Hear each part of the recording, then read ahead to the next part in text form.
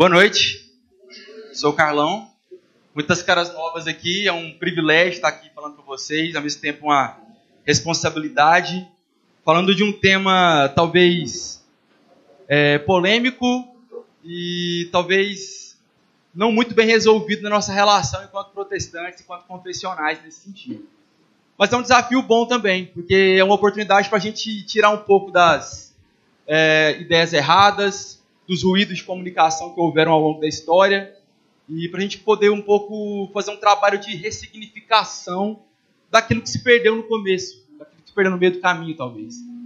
São Jorge, o primeiro dos três a ser falado hoje, nosso irmão mais velho, homenageado aqui hoje, foi um irmão de 1700 anos, que morreu no ano 303, e nascido na antiga Capadócia, que hoje é a Turquia, no século III, diante daquele Império Romano, que eu acho que você lembra quando você estudou História na sua escola, aquele império que tinha o intuito de se expandir e dominar, e levar toda a sua cultura, toda a sua religiosidade, tudo aquilo que era importante para eles, o mais longe que eles pudessem fazer.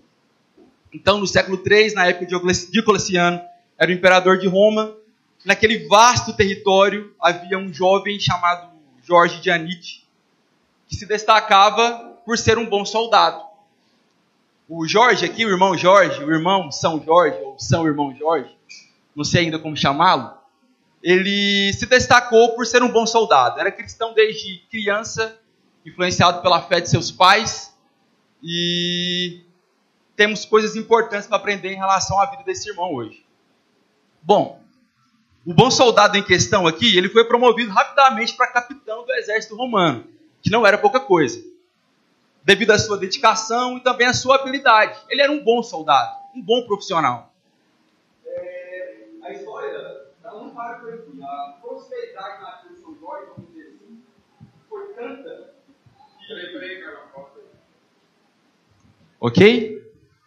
A história não para por aqui. A gente pode entender na história que a prosperidade na vida dele foi tanta que São Jorge foi indicado pelo próprio imperador a ser conde naquele próprio Império Romano. Isso tudo com 23 anos de idade. Ápice da carreira, morando na corte imperial. Era um testemunho que, se ele fosse contar na igreja, era para a igreja glorificar de pé. Vocês concordam comigo?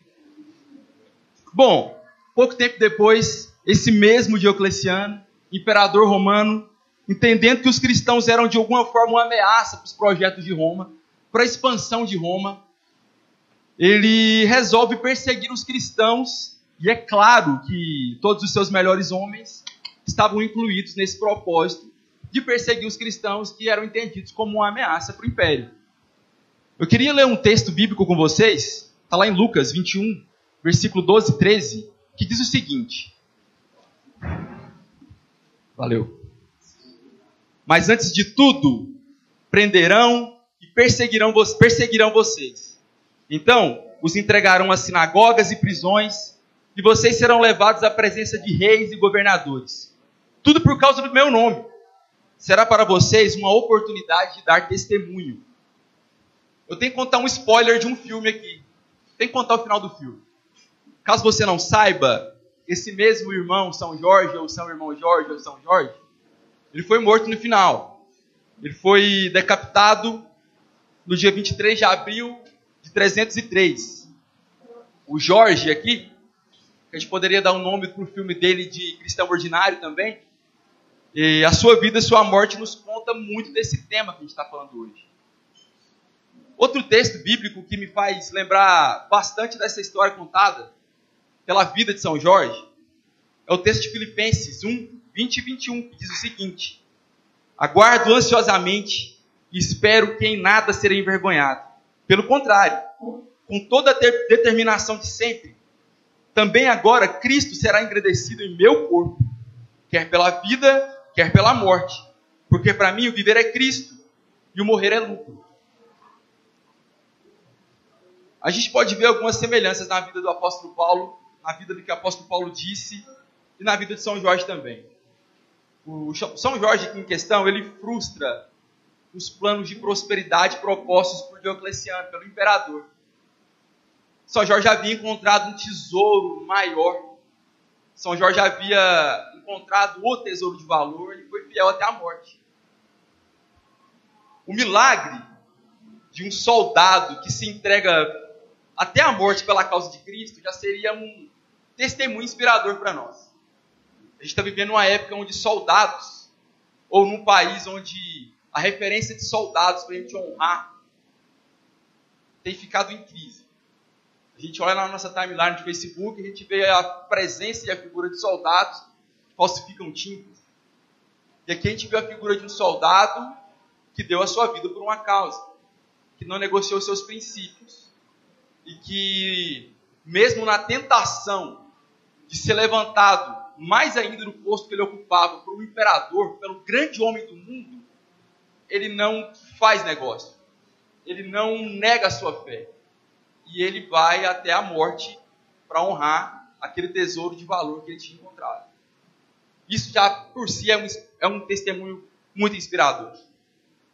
Mas aqui, a história de São Jorge ela tem um ponto crucial, que ela nos inspira a redirecionar, a reeducar a nossa forma de pensar em relação a alguns testemunhos.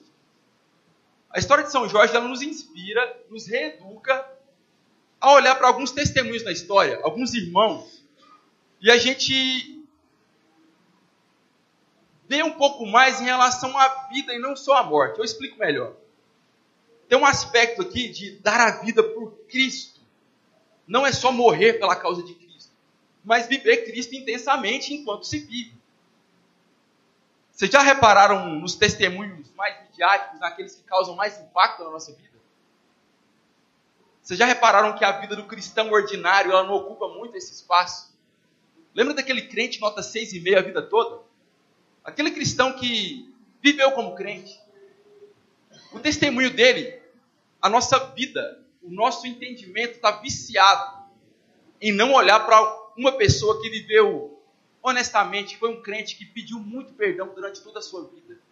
E a gente levantar e aplaudir a vida desse irmão, a honrar a vida desse irmão, a honrar o que Deus fez pela graça dele na vida desse irmão.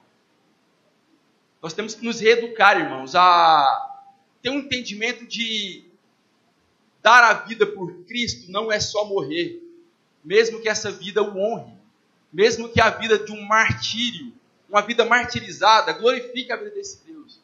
Mas uma vida que, nos seus pormenores, nas coisas menores e numa vida ordinária, comum, trivial, honra a Deus, tem tanto valor quanto um martírio.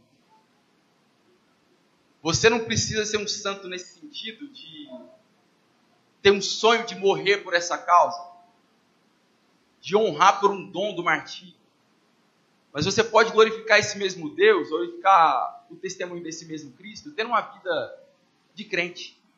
Uma vida de um crente que é cristão, que confessa e que vive confessando, que enquanto vive confessa. Isso é muito bonito.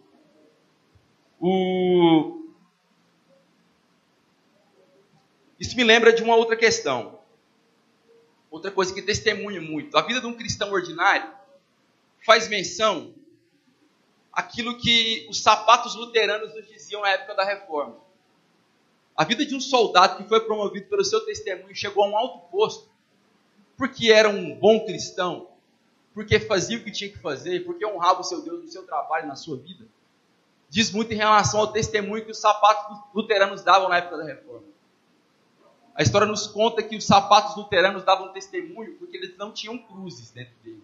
Ou os sapatos luteranos não tinham desenhado nenhuma cruz, mas eram bons sapatos. Às vezes a gente fica querendo dar um testemunho, tentando impregnar de uma forma panfletária, alguma coisa que daria muito mais testemunho sendo um cristão ordinário, que dá a sua razão, dá a razão da sua fé no momento oportuno. Os sapatos luteranos não tinham cruzes, eram bons sapatos e davam testemunho em toda a Europa. Como é que está a nossa fé em relação a isso? É um desafio para nós. O que a gente tem produzido com a nossa vida? Isso tem dado um testemunho? Ou a gente tem tentado, de forma panfletária, impregnar cruzes em todos os lugares, sendo que a nossa vida não conta nada de quem nós somos? Isso não é a vida de um cristão ordinário. O cristão ordinário conta com a sua vida a quem ele pertence. O cristão ordinário conta com a sua vida que ele, a exemplo desse irmão Jorge, desse São Jorge, encontrou um tesouro de grande estima, de grande valor. Nós temos um Brasil aqui, impregnado numa cultura desse mesmo Jorge, onde a gente, a exemplo do apóstolo Paulo em Atos 17, vendo um altar para vários deuses e usando de uma perspicácia, de um entendimento, de uma revelação do Espírito, junto com uma robustez teológica, que as coisas não precisam se contradizer, ele ocupa aquele lugar e faz uma manobra que tem que ensinar a gente. O altar do Deus desconhecido, Paulo ressignifica ele e coloca no coração de todos aqueles seus ouvintes a explicação de que aquele Deus desconhecido falava de um Deus que era eterno, que era o Deus que nós cremos, que é a Trindade, que é o Pai, que é o Filho e o Espírito Santo. Nós temos aqui uma grande oportunidade de tentar ressignificar a imagem desse homem, de tentar tirar da imagem desse homem aquilo que ele nunca quis ser. Nosso irmão Jorge testemunhou do Cristo. Nosso irmão Jorge amou esse Cristo que nós amamos. E talvez a nossa missão seria fazer um pouco mais isso em relação a alguns pontos da religiosidade brasileira. Talvez a nossa birra, o nosso ódio, a nossa história que tem essa batalha mal resolvida, essa guerra mal resolvida e talvez mal explorada, a gente pode tratar de ressignificar. Por que a gente não faz isso? Por que a gente, a exemplo do apóstolo Paulo, a gente não pode ressignificar esses ídolos? Por que a gente não pode explicar esses ídolos? Tem um livro do Eugene Peterson que se chama A Maldição do Cristo Genérico. Nós temos aqui impregnado na cultura popular um São Jorge genérico. E talvez a nossa missão seria ressignificar não só esse Jorge, mas outros santos por aí. Santos mesmo, que honraram a Deus e foram santificados durante essa vida. Fica aí para a gente uma instrução, um desafio. No Rio de Janeiro, o padroeiro lá oficial é o São Sebastião, né? E São Sebastião é aquele santo que morreu de forma passiva ou pacífica, amarrado numa árvore, levando flechadas. Depois que São Jorge morreu, martirizado, decapitado, cresceu uma cultura popular que foi bem explorada pelas cruzadas e aí por diante. E alguns mitos cercaram a história desse São Jorge, inclusive o mito do dragão, onde São Jorge era aquele que invadia uma cidade onde o dragão explorava e fazia mal para aquela vizinhança e mata aquele dragão numa atitude heróica. Nós temos aqui, talvez, impregnado na nossa cultura, uma necessidade de olhar para alguém que vence, para ser o nosso referencial de fé. Alguém que mata, alguém que assassina. Mas a história de São Jorge conta o contrário para nós. É um santo que se dá. É um santo que é exemplo do seu mestre, do seu general que era Cristo. Esse soldado que se dá para morrer, para testemunhar uma vida que o alcançou e que o transformou e que o redimiu. Isso é muito sintomático na nossa cultura. Por que nós precisamos de santos guerreiros nesse sentido? Não é nem no sentido de uma masculinidade sadia, é no sentido de um domínio, de um ressentimento, no sentido de uma coisa mal resolvida dentro de si. Por que nós não podemos explorar a imagem de um vencedor que morre, que dá a sua vida a favor de muitos? Por que São Sebastião, mesmo sendo um santo oficial de uma cidade, a imagem de um São Jorge deturpado, de um São Jorge vendido, numa imagem que não diz respeito a ele, é tão popular, ou às vezes mais popular, do que um santo oficial que se dá? Nós temos que ressignificar esse irmão. Nós temos que contar a história verdadeira desse irmão e de outros irmãos também. Nós temos pontos na cultura que podemos explorar para contar a história de um Cristo que alcançou esses irmãos. Nós não podemos perder esse tempo, e nós não podemos ficar com essa rixa que é boba, que é infantil. Tem que ficar para trás. Temos um desafio na nossa frente, irmãos. O cristão ordinário é o que dá a sua vida toda, e não apenas tem uma vida marcada por um martírio que testemunha para a glória de Deus. Sua vida já o glorificava. É o que a história de São Jorge conta. O martírio o glorificou tanto quanto a sua vida que testemunhava ordinariamente também. Falava. uma vida testemunha, não só morrendo, mas vivendo por.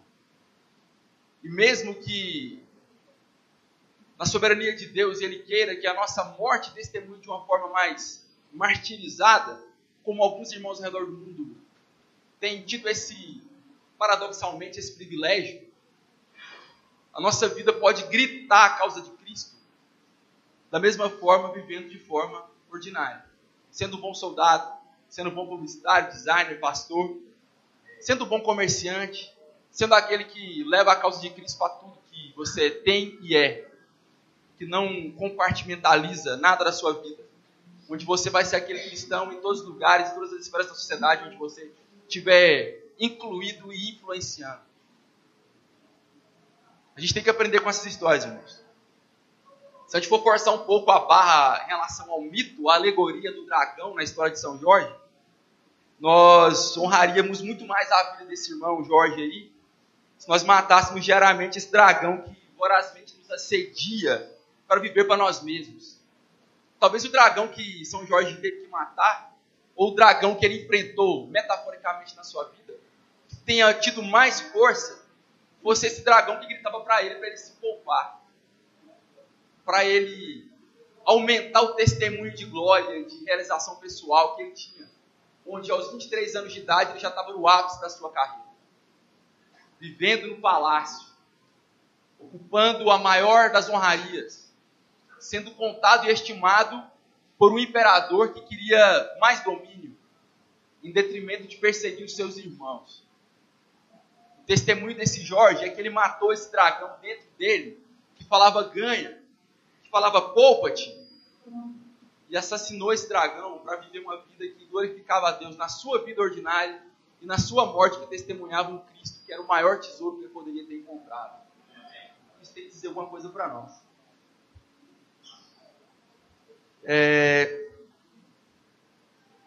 Nós temos que ser esse soldado que imita nosso general, ao ponto de dar a nossa vida a favor de muitos. São Jorge era um soldado obediente. Seu general não era desse mundo.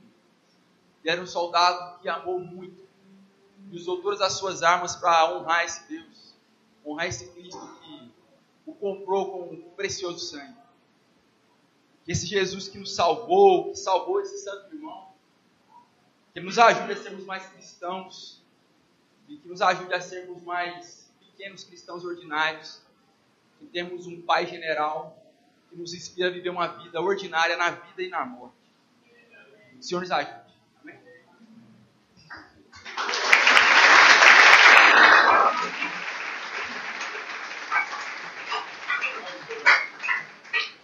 Salve, Jorge.